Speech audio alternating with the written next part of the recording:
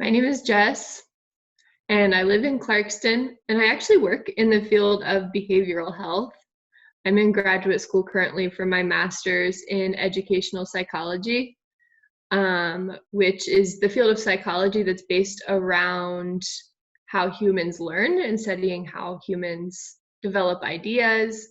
And I also work in the field of behavior analysis, which studies human motivation and why humans behave the way they do.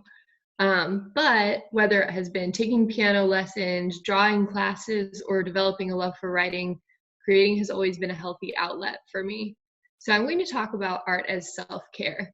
And I think that the word self-care gets tossed around often, especially in today's culture. But I'm going to talk about how creating has actually been proven scientifically to be a means of taking care of your mental health.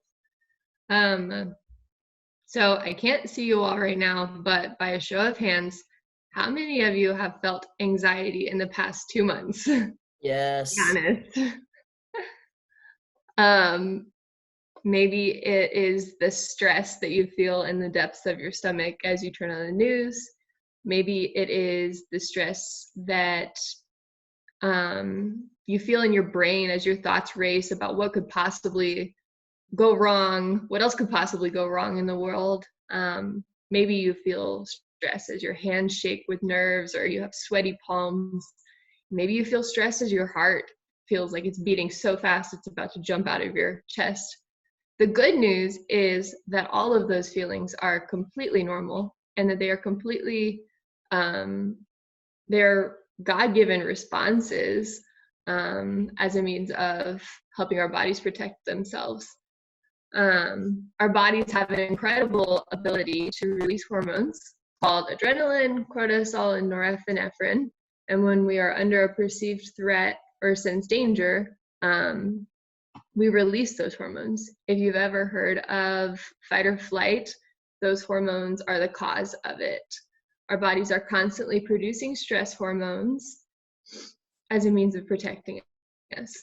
Sometimes our bodies can overproduce stress hormones, which may lead to anxiety disorders and different types of panic disorders. Under prolonged times of intense stress, our bodies might also be producing extra cortisol.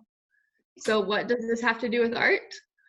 A research study was published in 2016 in the National Institute of Health, which investigated the impact of 45 minutes of visual art making on cortisol levels. The study tested cortisol in 39 healthy adults by a saliva test and found that the average cortisol was significantly lowered after 45 minutes of creating visual art. In less than 25% of the adults tested in the study, the cortisol levels remained the same or slightly increased when creating visual art. In the field of mental health, art is often used by licensed mental health therapists as a means of helping people retell their stories if they cannot speak them out loud or put words to it. Child therapists use art as a means of helping kids express stories when they might not have the vocabulary for their experiences. Child life specialists are people who work to emotionally support children in hospital settings, use art as a means of supporting emotions and better communicating experiences. So beyond stress and trauma responses, art is also found to activate the brain's reward system.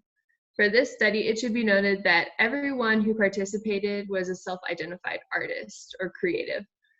For this study, co-authored by Drexel University faculty, 26 participants wore neurofeedback headbands, which are these headbands that basically track your brain waves and blood flow in different parts of your brain.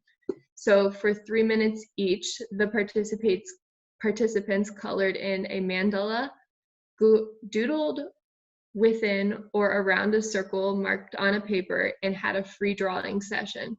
During all three activities, there was a measured increase in blood flow in the brain's prefrontal cortex compared to the rest periods where blood flow decreased to normal rates.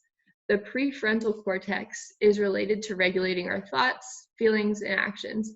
It is also related to emotional and motivational systems and the part of the wiring for our brain's reward circuit.